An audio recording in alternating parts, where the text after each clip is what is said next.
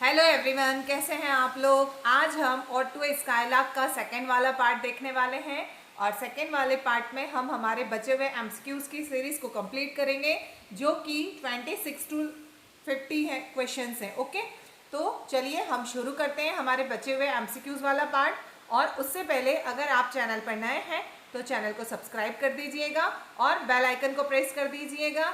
और वीडियो कैसी लगती है आप लोगों को कमेंट करके भी बताना और वीडियो को लाइक ज़रूर कीजिएगा। ओके, चलिए तो हम लोग अपना नेक्स्ट पार्ट स्टार्ट करते हैं। हमारे जो 25 क्वेश्चंस की सीरीज़ वो मैं पहले कंप्लीट करवा चुकी थी। आज हम 26 टू 50 क्वेश्चंस देखने वाले हैं। ओके, तो क्वेश्चन है हमारा 26 नंबर का। The skylark song is compare to which flowers fragrance in the poem. कौन से फ्लावर की फ्रेगनेंस से कंपेयर किया है स्काईलार्क के गाने को। ओके, तो इसमें स्काईलार्क के गाने को कौन से फ्लावर या कौन से फ्लावर के फ्रेगनेंस से कंपेयर किया है। तो हमने अपनी पिछली जो वीडियो में समरी के पार्ट में पढ़ा था कि स्काईलार्क के गाने को रोज़ के फ्लावर के फ्रेगनेंस से कंपेयर किया था। ओके, चलिए नेक्स्ट क्वेश्चन है क्वेश्चन नंबर 27 हमारा। Shelley's descriptions of the skylark as like a rose embowered refers to, है ना। शैली ने स्काईलार्क पक्षी को डिस्क्राइब किया है या डिस्क्रिप्शन दिया है कि like a rose embowered refers to, है ना। तो ऐसा क्यों कहा है ना, क्योंकि hidden beauty that affects other, है ना। दूसरों से छुपाकर जो रखी जाती है ना सुंदरता, उसके बारे में बताया है। ओके, चलिए नेक्स्ट क्वेश्चन हमारा question number 28। In our sweetest songs are those that tell of saddest thought. शैली सजेस्ट, है ना। शैली ने ऐसा क्यों सजेस्ट किया है या शैली ऐसा सजेस्ट कर रहे हैं कि our sweetest song are those that tell of saddest thought. Okay, great art often comes from suffering. Okay, बहुत ही उम्दा तरीका होता है हमारा या बहुत ही ग्रेट आर्ट होती है हमारी जिससे कि हम पीड़ित होकर और कुछ अच्छी चीज़ निकलती है हमारे अंदर से। ओके, तो यही दिखाया है इसमें। चलिए नेक्स्ट क्वेश्चन है क्वेश्चन नंबर 29 हमारा। The poem contains how many stanzas. हाँ, ये भी क्वेश्चंस पूछ लेते हैं बहुत बार एग्जामिनर, है ना। कुछ भी अपना दिमाग घुमा देते हैं और कुछ भी पूछ लेते हैं, इसीलिए हम सब कुछ पढ़ने वाले हैं। चाहे वो पोयम के स्टेंजास हो या पोयम की लाइंस हो या पोयम में क्या क्या यूज़ किया है, हम सब कुछ पढ़ेंगे। ओके, तो जो पोयम है उसके कितने स्टेंजास हैं, तो हमने देखा था कि पोयम में 21 स्टेंजास थे। ओके, चलिए नेक्स्ट क्वेश्चन है मेरा question number 30। Each stanza in ode to a skylark contain. Ode to skylark जो पोयम है उसके प्रत्येक स्टेंजाज में कितनी लाइंस हैं। तो मैंने आपको बताया था कि उसमें 5 लाइंस है सब में। ओके, चलिए, और उसका राइमिंग स्कीम क्या था ये भी हमने देखा था, a b a b b. Okay, चलिए नेक्स्ट क्वेश्चन है मेरा question number 31। The skylark is portrayed as a creature that. जो स्काईलार्क है उसको कौन से क्रिएचर से तुलना की गई है उसकी, है ना। तो कौन सा क्रिएचर था या किससे तुलना की गई है उसकी, तो वो क्रिएचर है ह्यूमंस, है ना। ह्यूमन से ही तुलना की गई थी ना इसमें। Has more wisdom than humans, जो इंसानों से भी ज़्यादा उसको विजडम मिली हुई है। ओके, चलिए नेक्स्ट क्वेश्चन है क्वेश्चन नंबर 32 हमारा। The skylark is compare to a glow worm because, है ना। स्काईलार्क को जुगनू से कंपेयर कर दिया था। क्यों, क्योंकि जुगनू जो होते हैं वो छिपे हुए होते हैं घास के अंदर, लेकिन जब वो बाहर निकलते हैं तो अपनी सुंदरता दिखाते हैं, है ना। जुगनू जब चमकते हैं ना उनके पीछे के हिस्से में लाइट जैसा चमकता है। ओके, तो स्काईलार्क को भी ऐसे ही बताया है। It Heights but still spread beauty, है ना। वो जब आसमान में बहुत ऊपर ऊपर उड़ता है ना, दिखता भी नहीं है, ऐसा लगता है कहीं कोई पक्षी गा रहा है और अपनी मधुर धुन को सुना रहा है और दिख भी नहीं रहा है। ओके, चलिए नेक्स्ट क्वेश्चन है क्वेश्चन नंबर 33 हमारा। What is the main emotions the Skylark songs evokes in the poet? Poet ने स्काईलार्क्स के गाने में कौन कौन से मैन इमोशंस को बताया है। तो सबसे मैन इमोशंस इसमें बताया है एडमिरेशंस, है ना। एडमिरेशंस के बारे में बताया है। ओके, चलिए नेक्स्ट क्वेश्चन है क्वेश्चन नंबर 34 हमारा। The skylark song is different from human song because. जो इंसानों के गीत होते हैं या जो ह्यूमन सॉन्ग्स होते हैं उनसे स्काईलार्क का गाना बिल्कुल डिफरेंट है। क्यों? क्योंकि it is free from pain and imperfection, है ना। ये बिल्कुल दुख और दर्द से बिल्कुल परे हैं, दुख और दर्द से बिल्कुल दूर हैं, और इम्परफेक्शन है ना। परफेक्शन के साथ में तो इंसान गाते हैं, ये अपना बिना परफेक्शन के साथ में ही इतना अच्छा मधुर गीत गा रहा है। ओके, चलिए नेक्स्ट क्वेश्चन है, क्वेश्चन नंबर 35 हमारा। Shelley refers to the skylark's music as a rain of melody. जो बारिश की बूंदे की आवाज़ होती है ना, बारिश की बूंदों की आवाज़, उस म्यूज़िक से स्काईलार्क के गाने को कंपेयर किया है ना। तो this is an example of, ये एग्जाम्पल है, ये किस चीज़ का एग्जाम्पल है? तो ये एग्जाम्पल है हमारा मेटाफर हो गया, किसी चीज़ से तुलना कर दिया है ना। किस चीज़ से तुलना करी है? स्काईलार्क के म्यूज़िक की बारिश की बूंदों से तुलना कर दी है। ओके, चलिए नेक्स्ट क्वेश्चन है हमारा, question number 36। What does Shelley hope to gain by learning from the skylark. Shelley जो है वो आशा करते हैं कि मुझे भी स्काईलार्क से ये सीखने को मिले हैं। ओके, तो क्या सीखने को मिले, क्या सीखना चाहते थे? तो शैली, पीबी शैली सीखना चाहते थे the ability to write joyful poetry. Okay, वो चाहते थे कि जैसे तुम इतना मधुर गाती हो, है ना, या तुम इतना मधुर गाते हो, तो कुछ अपना थोड़ा ज्ञान मुझे भी दे दो ताकि मैं अपनी कविताओं में उसको यूज़ कर सकूं। चलिए नेक्स्ट क्वेश्चन है, क्वेश्चन नंबर 37 हमारा। Shelley sees the skylark as a symbol of, है ना। शैली ने स्काईलार्क को एक सिंबल बताया है ना। तो किस चीज़ का सिंबल है? वो है immortal and untended happiness. Okay, immortal and untended happiness का मतलब होता है कि बेपरवाह हो जाना बिल्कुल भी, और कोई उस खुशी में कुछ मिलावट नहीं है ना, कोई दुख नहीं है, कोई डर नहीं है। ओके, ये सब कुछ चीज़ें। चलिए नेक्स्ट क्वेश्चन है, क्वेश्चन नंबर 38 हमारा। Which sense does Shelley appeal to most in his description of the skylark song.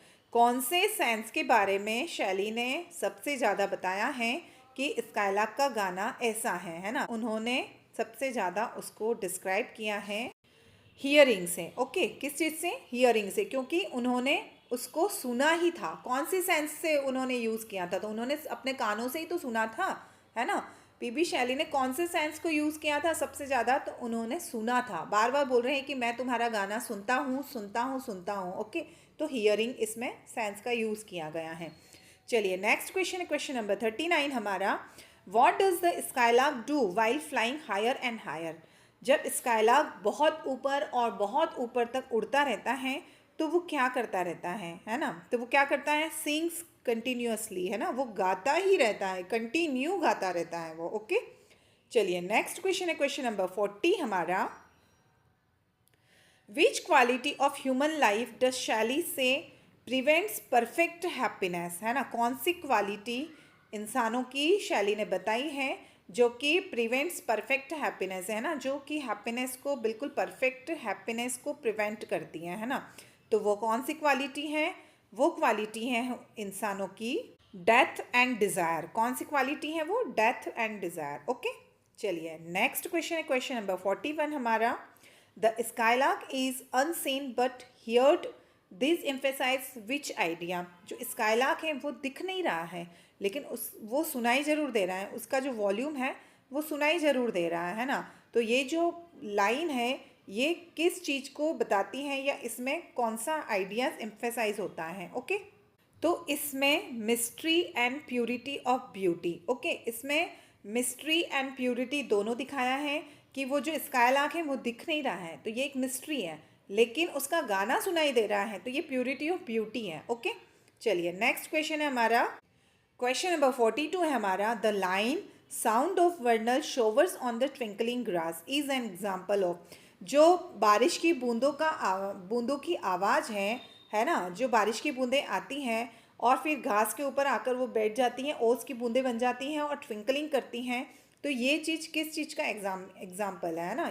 ये इमेजिनरी है। ओके, ये कवि ने इमेजिन किया है कि जो स्काईलार्क पक्षी है वो भी इन बारिश की बूंदों की आवाज़ के जैसा इतना मधुर उसका साउंड है, और वो ग्रास के ऊपर जो ओस की बूंदें होती हैं ना, सुंदर सुंदर से ट्विंकलिंग, वैसे ही वो भी गा रहा है। ओके, तो ये उनकी इमेजिन है ना। चलिए नेक्स्ट क्वेश्चन है हमारा, क्वेश्चन नंबर 43। शैली admiration for the skylark comes partly from. शैली ने स्काईलार्क के लिए कौन से वर्ड्स को यूज़ किया है या उसकी किस चीज़ से प्रशंसा कर रहे हैं। ओके, तो शैली ने स्काईलार्क को बताया है it lacks of self consciousness, है ना, उसके अंदर सेल्फ कॉन्शियसनेस की उसके अंदर कमी है। ओके, चलिए नेक्स्ट क्वेश्चन, हमारा question number 44, which romantic features is most evident in ode to a skylark. Ode to a skylark poem में सबसे ज़्यादा कौन से रोमांटिक फीचर्स के बारे में बताया है। तो सबसे रोमांटिक फीचर्स है इसमें ग्लोरिफिकेशंस ऑफ नेचर एंड इमोशंस। इसमें नेचर की सुंदरता या प्रकृति की सुंदरता या प्रकृति की खूबियों के बारे में और प्रकृति की जो फीलिंग्स होती हैं, इमोशंस होते हैं, उनके बारे में दिखाया है। ओके, चलिए नेक्स्ट क्वेश्चन है क्वेश्चन नंबर 45 हमारा। Shelley contrasts the skylark's joy with human joy to show, है ना। शैली ने स्काईलार्क्स के जॉय को ह्यूमंस के जॉय के साथ में कैसे शो किया है ना। एक जो मानव या इंसान जो होते हैं उनकी खुशी से, उनकी खुशी और स्काईलार्क की खुशी दोनों के बीच में जो तुलना की है, तो वो क्या तुलना की है उन्होंने। ओके, तो शैली ने बताया है humans can not achieve pure Joy, है ना। जो स्काईलार्क है उसके पास में प्योर जॉय है, उसके पास कोई गम नहीं है, कोई फियर नहीं है, कोई रिग्रेट नहीं है, लेकिन ह्यूमंस के पास में ये सारी चीज़ें हैं। तो उनके पास में ये सारी चीज़ें होने की वजह से उनके पास में प्योर जॉय नहीं है। ओके, चलिए नेक्स्ट क्वेश्चन है हमारा question number 46, what time of day is implied in the opening of the poem. कौन सा टाइम था जब पोएम की शुरुआत होती है या पोएम का जब दिखाया है ओपनिंग टाइम में, तो वो कौन सा टाइम था, है ना। दिन का कौन सा टाइम है, डे का कौन सा टाइम दिखाया है। ओके, तो इसमें कवि बताते हैं सनसेट वाला टाइम, है ना, जब सूर्यास्त हो रहा है, और वो सब बताते हैं ना कि पेल येलो पेल पर्पल कलर का हो जाता है। और वो सारी हमने पोएम भी पढ़ी है और इसके समरी भी पढ़ी है, तो उसमें सनसेट के बारे में दिखाते हैं कवि। ओके, चलिए नेक्स्ट क्वेश्चन है हमारा question number 47, the skylark song is describe as coming from the, है ना। जो स्काईलार्क का गाना है वो आ रहा है, वो कहाँ से आ रहा है ना, क्या डिस्क्राइब किया है पीबी शैली ने। तो स्काईलार्क का जो गाना है वो आ रहा है स्काई से आ रहा है ना, ऊपर जब उड़ रहा है ना वो स्काई में, वहाँ से आ रहा है। ओके, चलिए नेक्स्ट क्वेश्चन है question number 48, Shelley's request to the skylark in the final stanzas. Shelley, जो पीबी शैली हैं, वो स्काईलार्क पक्षी से क्या रिक्वेस्ट कर रहे हैं जो लास्ट फाइनल स्टेंजा है उसमें, है ना। तो वो बोल रहे हैं to teach him the secret of its joy. Okay, चलिए नेक्स्ट क्वेश्चन है क्वेश्चन नंबर 49, और इससे मैं आगे के क्वेश्चंस और करवाने से पहले आपको याद दिला देती हूँ कि अगर आपने अभी तक चैनल को सब्सक्राइब नहीं किया है तो प्लीज़ चैनल को सब्सक्राइब कर लीजिएगा और बेल आइकन को प्रेस कर दीजिएगा। और वीडियो कैसी लगती हैं प्लीज़ लाइक कीजिएगा और कमेंट करके मुझे बताइएगा। ओके, चलिए तो नेक्स्ट क्वेश्चन है हमारा question number 49, the imagery of a high born मैडन in a palace tower suggest.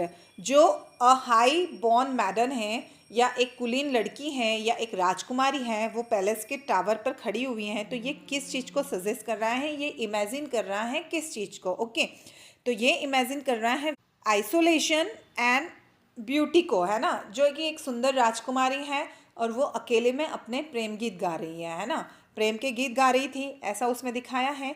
तो अकेले में, अकेला मतलब कि आइसोलेशन। ओके, तो आइसोलेशन एंड ब्यूटी को दिखाया है। ओके, चलिए नेक्स्ट क्वेश्चन है क्वेश्चन नंबर 50, जो कि हमारा लास्ट क्वेश्चन है। Shelley's use of multiple metaphors for the skylarks throughout the poem shows. Shelley ने इसमें बहुत सारे मेटाफर्स को यूज़ किया है ना, स्काईलार्क के लिए।